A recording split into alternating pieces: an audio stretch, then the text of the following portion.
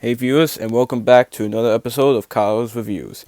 Well, today we have the film topic of the film we have today is Spider-Man Across the Spider-Verse. I'm going to start saying this by now, that Spider-Man Into the Spider-Verse is one of the very few films that left a big impact in cinema history. Not only by how the story and the characters go and to make the film a big impact and get the most praise as it can to be one of the best animated films of all time, but the one thing that makes this film stand out is its art style, where it combines 2D with 3D to have a look that's unlike any other animated film that's been made. Well, besides the Peanuts movie. But that's just a different story for now. And with that big praise Spider-Verse had, its animation did give other people the idea and had big interest in it. With films such as The Bad Guys, Puss in Boots: The Last Wish, and the upcoming Teenage Mutant Ninja Turtles: Mutant Mayhem, and many more. And of course, we got the long-awaited Spider-Man Across the Spider-Verse sequel, which is probably the most anticipated sequel period, not just by animation, but actually just a sequel. And I will say, and I know what you people thinking. Since the first film did got a huge impact, does the sequel hold up to that same impact but with a different course? And let me tell you, whatever happened in the first film, the sequel solidified it to where the stakes in the franchise has hit into a whole nother level. I'll just start with the plot here, where we enter in Miles's world, where he's the one and only Spider-Man. But then he does have a bit of setbacks with his family and can have a bit of issues, alright. But as soon as Gwen enters in the scene, we get to learn about how that there was actually a multiverse of Spider-Mans in the headquarters, which also means that even if Miles is Spider-Man, it doesn't really mean that he was supposed to be, because the spider that bit Miles was not supposed to happen. And yeah, this is where things go really hard in terms of this plot. Sure, there was the first half that we do get to know about Miles, but after we get into the second half, that is where things get interesting. I mean, sure, the first film was, but the second, as I said, solidified it. Well, the plot is more about how Miles needs to learn about how to be Spider-Man. While it can have a good life for being as the Spider-Man that we all know and love, the Spider-Man that we all know and love can have its setbacks.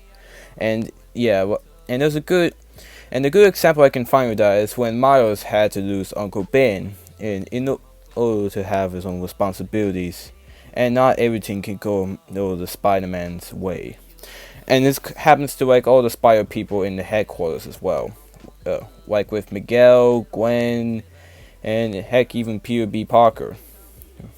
And I'll even say now that the one emotional thing about this film is between the relationship between the children and the parents, which are mostly with Miles and his parents, and so along with Gwen as well. What they do show off the big emotional thing. Well, they may seem to be angry and arguing at each other, like they don't don't get along so well. They still do care about each other, and they just want to do what's best for the children, even if it doesn't go things their way. And I'll even say here right now that the comedy is actually pretty funny. Hey, well, there are pretty some nice and cute little references to back then to the Spider-Mans and probably as you all know and love, like with the Spectacular Spider-Man, the classics, whatever it shows into our faces that's very unpredictable. And the craziest thing about this is that that the plot twist is insane. Well, it gives out a big jaw-dropping moment to know how it will go for Miles. But I won't spoil what it is because, well, if you haven't seen the film, you haven't seen it. So you might as well save that for another time. But not only does this do well as a film, but it also does a great job as a sequel. Because in the first film, where we do get to learn about how Miles takes to be Spider-Man and the right responsibilities, and sure, that's in the sequel, but we also get a bit about Gwen as well. Well, even if her Peter Parker died, her father taught the Spider woman thought he killed him, which can put Gwen in a rough start, even if she wants to reveal this that she's Spider-Woman or not. What if she's best for her to go through? And sure, this sounds like there's a lot of things going on at once. Whereas since that this film is like 2 hours and 20 minutes, and also broke the record of being the longest Western animated film ever created, it still holds up for the right balance of story and actually does know what it's talking about. It may seem a little too much, but it does make up for it for a story.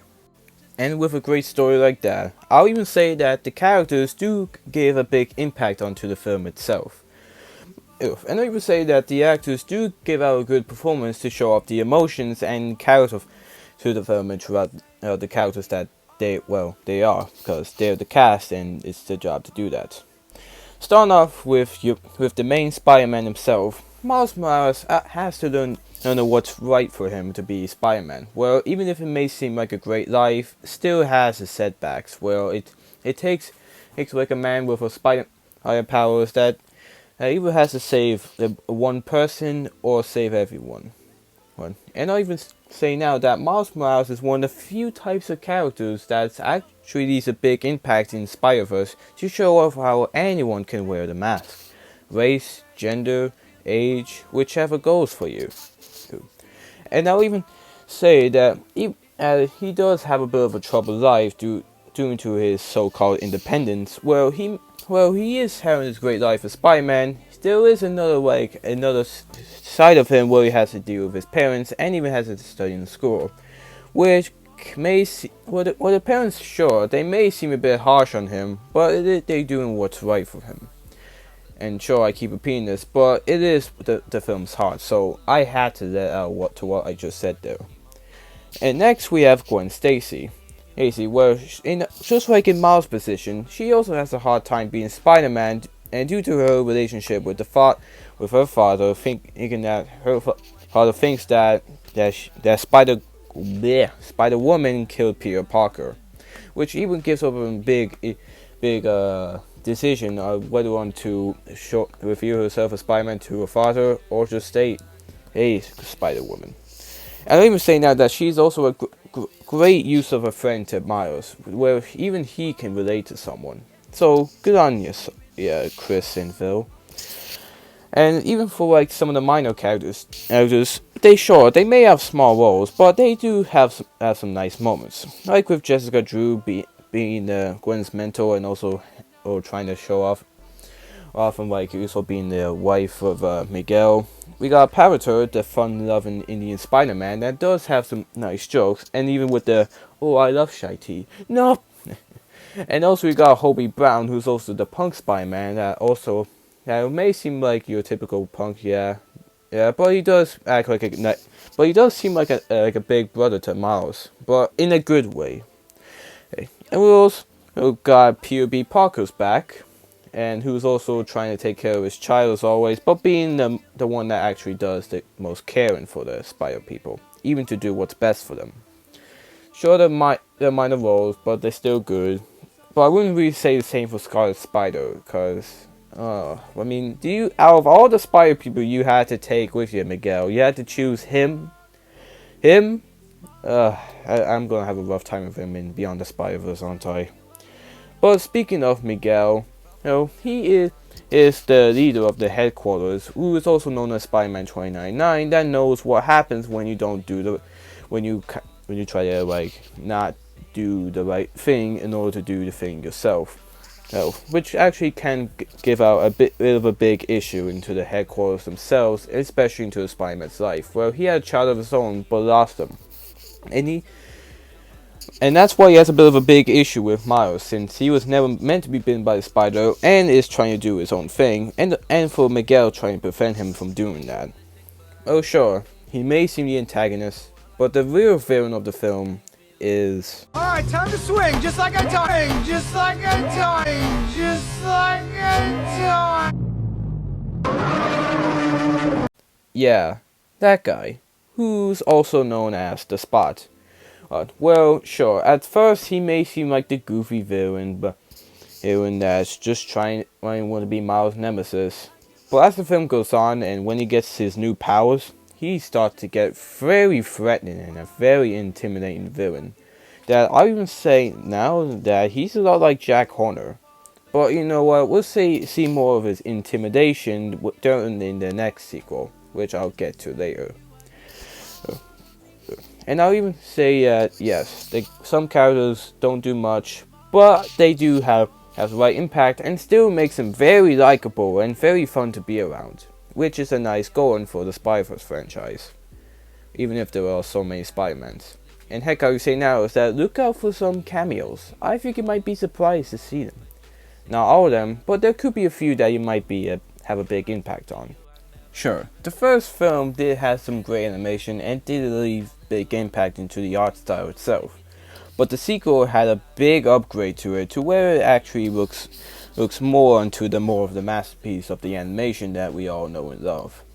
Starting off with the designs, sure, the main characters do have the same style as they do before, but with the new characters, they may have the same but different type of style to them. But still keeps it like into like the first film, while others have a very unique and interesting style that does make them stand out. Probably the Spider-Man I think that has the best style is Hobie Brown.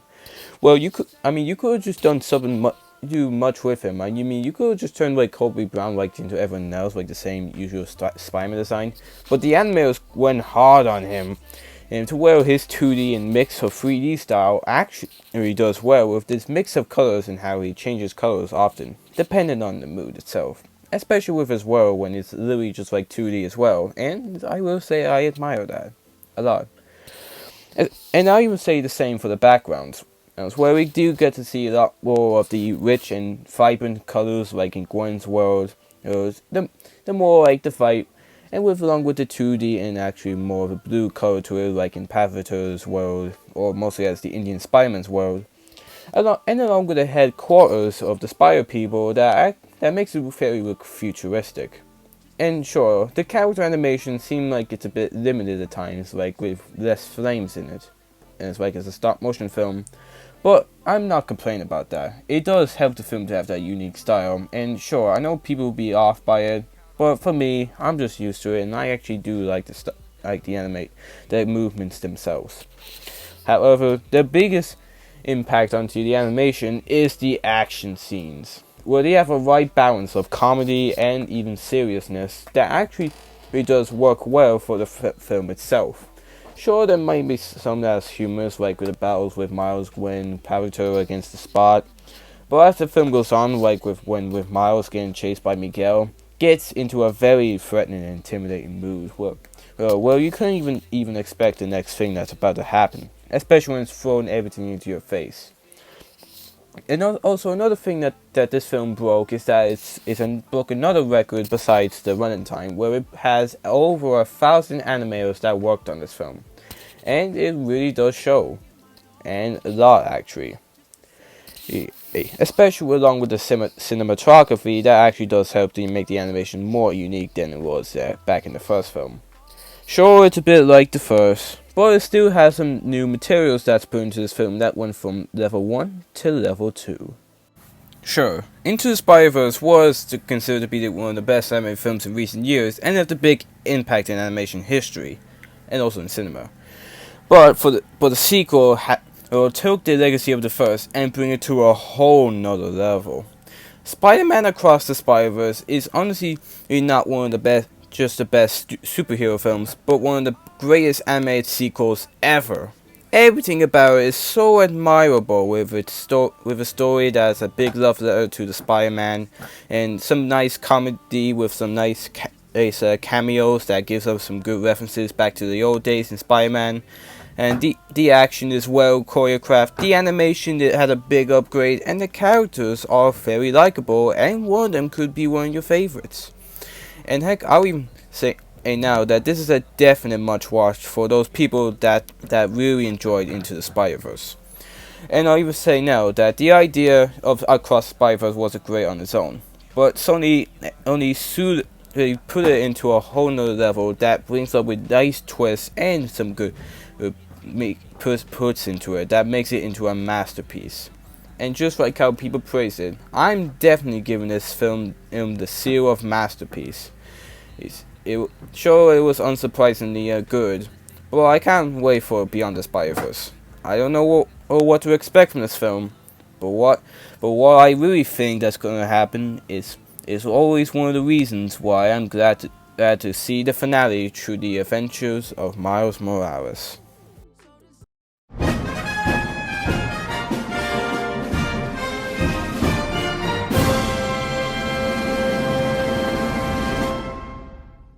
Next time on Kyle's Reviews is